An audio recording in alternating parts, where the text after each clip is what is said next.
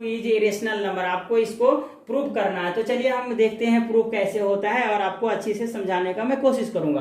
तो देखिए √2 जो है एक इरेशनल नंबर है, नंबर सिस्टम का एक पार्ट है और उसको प्रूव करना है कि आप हमको प्रूव करके बताइए कि वो इरेशनल नंबर है। तो आपको इसका ऑपोजिट चलना होगा, ऑपोजिट चलना होगा, यानी कि ये इरेशनल दिया हुआ है तो एक बार इरेशनल मान के देखिए। अगर वो इरेशनल मान के देखेंगे तो अभी आपको यहाँ पे रेशनल तो मान लिए हैं, तो अब हमको इसका उल्टा मानना पड़ेगा, रेशनल मानना पड़ेगा। तो जो रेशनल मानते हैं तो रेशनल नंबर P/Q के रूप में आना चाहिए और वो किसी से डिवाइड नहीं होना चाहिए। लेकिन अभी यहाँ पे डिवाइड होगा या नहीं होगा वो हम आगे देखेंगे। चलिए देखते हैं। लिखना है आपको यहाँ पे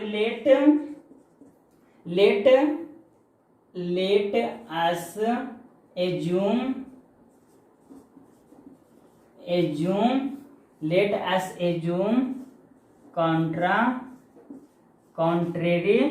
us assume contrary that √2 is rational number। अब हम इसको मान लिए हैं। एक कंट्री मतलब होता है उसका अपोजिट, यानी उल्टा, विरोध, यानी कि ये रेशनल है तो इसको उल्टा मान ले, ये लिखा हुआ है ना। Let us assume country that √2 is rational number. अब हम रेशनल नंबर अगर मान लिए हैं तो हम डेफिनेशन जानते हैं कि रेशनल नंबर P/Q के फॉर्म में होता है। तो यहाँ पे हम ऐसे लिख सकते हैं कि √2 = A/B। और यहाँ पे ये भी लिखना होगा आपको कि यहाँ पे जो A/B लिखे हैं, A एंड B आर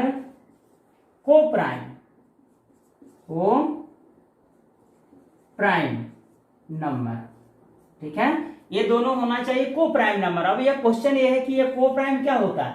तो को प्राइम वैसे नंबर होते हैं, वैसे नंबर का पेयर होते हैं जो एक दूसरे से डिवाइड नहीं होते हैं, पहला, और उस दोनों का कॉमन फैक्टर जो होता है 1 होता है। जैसे आपको यहाँ पे एग्जांपल दे देते हैं 3 और 5। ये जो है इसका दो ही फैक्टर है, एक 1 है और एक अपने आप में, यानी 1 एंड इटसेल्फ। तो इसका भी है 1 और इसका है 5। तो इस दोनों का जो पेयर है उसको हम बोलते हैं को प्राइम नंबर, ठीक है। ऐसे ऐसे बहुत सारे पेयर हैं। अभी देखिए, अब इतना मान लेने के बाद फिर क्या करते हैं, इसको हम क्रॉस मल्टीप्लाई करते हैं। क्रॉस मल्टीप्लाई क्यों करते हैं कि अगर कोई डिजिट रहता है तो उसके नीचे 1 छुपा हुआ रहता है, तो ये इससे मल्टीप्लाई हो जाएगा। तो √2b = A, इतना कर दिए। अब क्या करते हैं, इतना करने के बाद आपको स्क्वायरिंग ऑफ दिखेंगे, स्क्वायरिंग ऑफ बोथ साइड, ये कर दिए। अच्छा, squaring of the both side करेंगे तो आप लिखेंगे √2b = A का स्क्वायर करेंगे, इधर भी स्क्वायर करेंगे तो इसका रिजल्ट क्या आ जाएगा, ये आ जाएगा आपका 2 और b का स्क्वायर = A का स्क्वायर। अब देखिए, थोड़ा अगर कॉन्सेप्ट आपको नहीं है तो हम जब √2 को √2 से मल्टीप्लाई करते हैं तो उसका वैल्यू आ जाता है 2। कैसे आता है, देखिए √2 और √2 है तो स्क्वायर से आपका √2 कैंसिल आउट होता है, स्क्वायर से आपका 2 कैंसिल आउट होता है। ये कैंसिल आउट हो गया, आपका रिजल्ट आ गया 2। तो चलिए ये 2 कैंसिल आउट हो गया। अब यहाँ पे हम ये देख लिए हैं कि ये आपका कैंसिल आउट हो गया। तब इसको हम, अगर आपके पास कोई ऐसा इक्वेशन आ जाता है √2 = 10, तो जो यहाँ पे मल्टीप्लाई में रहता है वो डिवाइड में आ जाता है, x/10/2 हो गया, ठीक है। x = 10/2 हो गया। तो यहाँ पे भी तो ये मल्टीप्लाई में है तो वो भी अपॉन में चला जाएगा। तो चलिए उसको भी अपॉन में हम कर देते हैं। तो यहाँ पे हम लिख सकते हैं कि b² = A²/2। अब देखिए यहाँ पे जो कंडीशन आया है, ये कंडीशन को आपको समझने के लिए थ्योरम 1.3 पढ़ना पड़ेगा। पुराना बुक में है 1.3 का थ्योरम। तो देखिए 1. थ्योरम ये कहता है, 1.3 थ्योरम कि अगर A² 2 से डिविजिबल है तो A का जो वैल्यू है ना वो भी 2 से डिविजिबल होगा, यानी कि A/2। और चलिए इसको एग्जांपल से समझते हैं। जैसे 7 का जब हम स्क्वायर करेंगे तो अगर ये 7 से डिविजिबल है तो 7 के अंदर में ये जो पार्ट है ना वो भी 7 से डिविजिबल होगा। देखिए 7/1, 1 टाइम में कैंसिल आउट हो गया। चलिए एक और एग्जांपल ले लेते हैं आपको। जैसे देखिए आपके सामने 2 है अगर 2 स्क्वायर, अगर ये 2 से डिविजिबल है तो ये 2 भी डिविजिबल होगा। तब हम ये कंडीशन की तरफ से हम लिखेंगे कि a square is divisible by, divide by, a square is divided by 2, so a is also divided by 2। इतना लिख दिए। अब देखिए यहां से आपको क्या करना पड़ेगा, आपको यहां तक कंप्लीट हो गया। अब दूसरा स्टेप में क्या करना है, दूसरा स्टेप में आप क्या कीजिएगा, ये जो नंबर दिया हुआ है ना, यहाँ पे एक तो डिविजिबल निकल गया।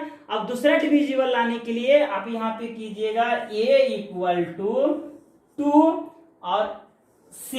a इक्वल टू 2 क्यों किए कि a को 2 डिवाइड कर रहा था। अभी इसमें कोई भी नंबर मल्टीप्लाई करेंगे तो वो 2 को डिवाइड ही करेगा, ठीक है। तो इतना लिख दिए।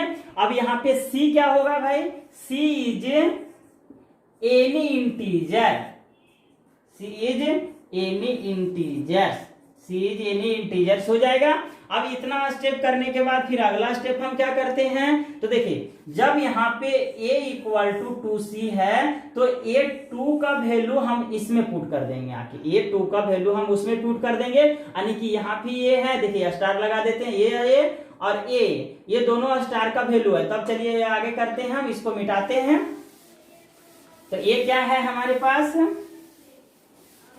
हमारा क्या आया था, हमारा आया था कि 2b square equal to a square, और हमारा ये है गिवन मिला था कि 2b स्क्वायर इक्वल टू ए का वैल्यू तो 2c था।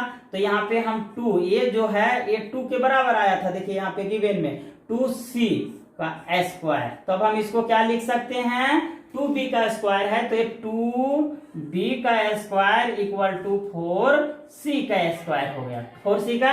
और ये 2 से 2 कैंसिल हो गया, 2 टाइम में 4, हमारे पास क्या बच गया, b square equal to, b square equal to 2c का स्क्वायर। अब देखिए c को वहीं छोड़ देंगे और उसमें जो इंटू है वो अपॉन में आ जाएगा। तो यहाँ पे b स्क्वायर अपॉन 2 आ गया, फाइनली c के बराबर। तो देखिए यहाँ क्या हुआ, यहाँ b स्क्वायर को भी 2 डिवाइड कर दिया, वहां a को किया, तब यहाँ पे इस कंडीशन में हम फिर लिखेंगे इधर। तो चलिए यहाँ से हम लिख देते हैं कि b square is divided, b square is divided by 2, so a is also divided by 2 हो गया। तो इसका मतलब है कि जो अभी हमारे पास फॉर्मूला निकला था वो कह रहा था कि वो को प्राइम होना चाहिए, ये नंबर जो है ना b से डिवाइड नहीं होना चाहिए, या तो ऐसा कोई दूसरा नंबर नहीं है कि इस दोनों को डिवाइड कर सके। तो हमें तो यहाँ पे b को भी डिवाइड कर दिया और a को भी डिवाइड कर दिया। तब हम क्या करेंगे, लिखेंगे लेट द एजम्पशन, क्या है, let the assumption is wrong. क्या हो गया, assumption is wrong, so root 2 is irrational number. क्या हो गया, इरेशनल नंबर। ये हो गया प्रूफ आपका। चलिए ये है आपका क्वेश्चन। मैंने एक बार फिर से समझा देते हैं कि इसको अपोजिट मानना है और फिर रूट 2 के बराबर इतना लिखना है, और ए और बी यहाँ पे को प्राइम नंबर हो जाएगा, जो कि ना तो ये किसी से डिवाइड होगा और ना तो ये किसी से डिवाइड होगा। लेकिन यहाँ पे हमको सिचुएशन बता रहा है कि रूट स्क्वायर जो है 2 से डिवाइड है ना, और ए और बी दोनों 2 से डिवाइड है। इसका मतलब ये क्या है, इरेशनल नंबर।